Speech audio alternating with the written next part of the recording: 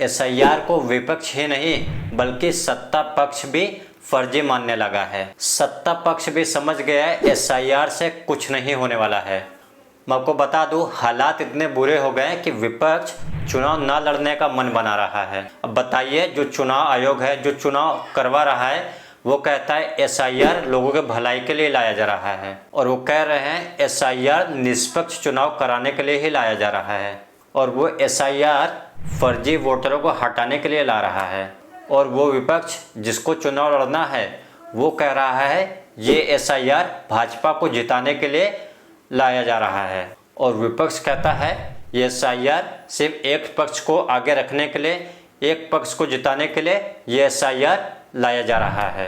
कैसे राहुल गांधी ने चुनाव आयोग को फाइनल अल्टीमेटम दिया और कैसे तेजस्वी यादव चुनाव न लड़ने का मन बना रहे हैं, और कैसे सत्ता पक्ष भी एसआईआर को फर्जी बता रहे हैं। दोस्तों, राहुल गांधी ने खुले शब्दों में साफ कह दिया चुनाव आयोग बेईमानी कर रहा है। राहुल गांधी ने कहा आप किसी गलत फहमी में ना रहें, आपके वोट चोरी करने के 100% हमारे पास पुख्ता सबूत हैं, और वो कह रहे हैं ये सारे सबूत लाए जाएंगे और आप उसके अंजाम से बच भी नहीं पाएंगे। और उन्होंने कहा लोकतंत्र और संविधान को कमजोर करने वाले बख्शे नहीं जाएंगे। सुनिए दोस्तों, राहुल गांधी ने क्या कहा। The fact of the matter is that Election Commission is not doing its job. Now we have concrete 100% proof of Election Commission allowing cheating in a seat in Karnataka. Not 90%. When we decide to show it to you, it is 100% proof. Okay? And we just looked at one constituency and we found this. And I'm absolutely convinced that constituency after constituency, this is the drama that is taking place. दोस्तों, राहुल गांधी के आवाज में दिख रहा है राहुल गांधी किस तरह से एसआईआर के विरोध में बात कर रहे हैं, और वहीं चुनाव आयोग की बेईमानी की पुरजोर तरीके से विरोध कर रहे हैं। यहां तक राहुल गांधी ने कहा उनके पास साफ साफ सबूत है, और वो सबूत जल्दी सामने आएगा, और वो बताएंगे कैसे चुनाव आयोग बेईमानी पर उतारू है और कैसे चुनाव आयोग बीजेपी को जिताने का खेल कर रहा है। राहुल गांधी काफ़ी साफ कह रहे हैं वो कॉन्स्टिट्यूंसी दर कॉन्स्टिट्यूंसी ये खेल कर रहे हैं, और उन्होंने कहा अब ये खेल हम होने नहीं देंगे। ये बात राहुल गांधी ने कही है। दोस्तों, एक तरफ राहुल गांधी है जो चुनाव आयोग को पूरी तरीके से बेईमान साबित कर रहे हैं, और दूसरे तरफ तेजस्वी यादव कह रहे हैं जब आप सब कुछ तय ही कर लिए हैं, जब बेईमानी करने के लिए तय ही कर लिए हैं, जब आपको बेईमानी करनी है, चुनाव बेईमानी से ही करना है, तो ये चुनाव कराने का आखिर क्या फ़ायदा, ये बात तेजस्वी यादव कह रहे हैं। और यहाँ तक दोस्तों, तेजस्वी यादव ने ये भी कह दिया है कि वो चुनाव ना लड़ने का भी मन बना सकते हैं, और उन्होंने कहा ये विकल्प भी विपक्ष के लिए खुला है। जब बेईमानियां करना है तो हम लोग इस पे विचार कर सकते हैं बॉयकॉट करने का। हम सब दल के लोगों से बात करेंगे। महागठबंधन चुनाव का क्या मतलब रहेगा जब लोकतंत्र में जनता ही वोट नहीं देगी, चंडीगढ़ जैसा तुम लोग काम करोगे तो क्या मतलब रह जाएगा। तो हम लोग इस पे गंभीर होकर के चुनाव बहिष्कार पर चर्चा हम लोग कर सकते हैं, ये विकल्प हमारे पास खुला है। दोस्तों, जो लोग ये बात कह रहे थे कि चुनाव में विपक्ष बिखर जाएगा, बट देखिए दोस्तों, चुनाव आयोग के खिलाफ किस तरीके से विपक्ष खड़ा है और चुनाव आयोग को गलत बोल रहा है, बेईमानी की चीज़ें बोल रहा है।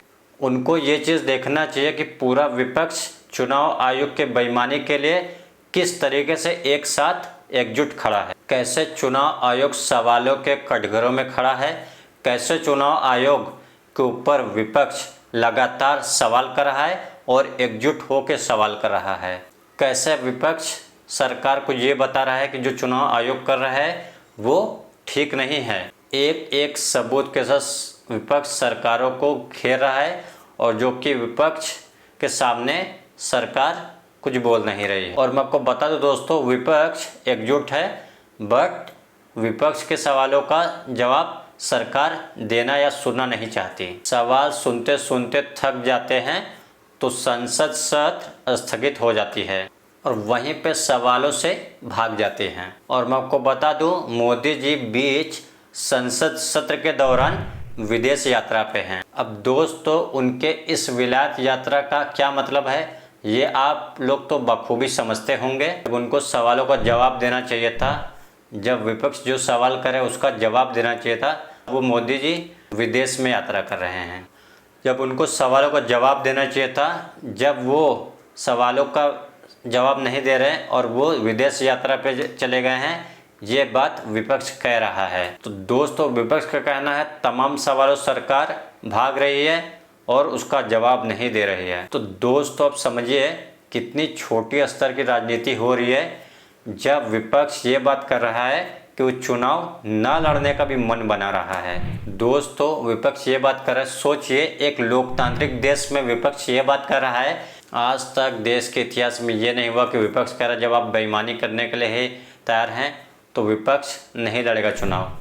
दोस्तों विपक्ष नहीं बल्कि सत्ता पक्ष के लोग भी ये मानते हैं कि SIR नहीं है। दोस्तों मैं आपको बता दूं गिरधारी लाल यादव जो कि NDA सरकार के मतलब नीतीश कुमार के पार्टी से सांसद हैं, उन्होंने ये तक कह दिया ये SIR कुछ नहीं है। उन्होंने चुनाव आयोग को कह दिया है उनको ठीक तरीके से व्यवहारिक ज्ञान नहीं है, और चुनाव आयोग को उन्होंने बोला कि उन्हें बिहार का इतिहास भूगोल नहीं पता है, और उन्होंने कहा वो कुछ भी नहीं जानते हैं, चुनाव आयोग को वो कुछ भी नहीं पता है। उन्होंने ये कहा कि बरसात के दिनों में जब खेती का टाइम चल रहा है तो उस टाइम में बरसात में बाढ़ आने के टाइम पे अब लोगों को खेती करने के बजाय अपने घरों में डॉक्यूमेंट ढूंढने पे लगा दिया है, और कहाँ से वो लेकर आएगा आदमी अपना डॉक्यूमेंट्स।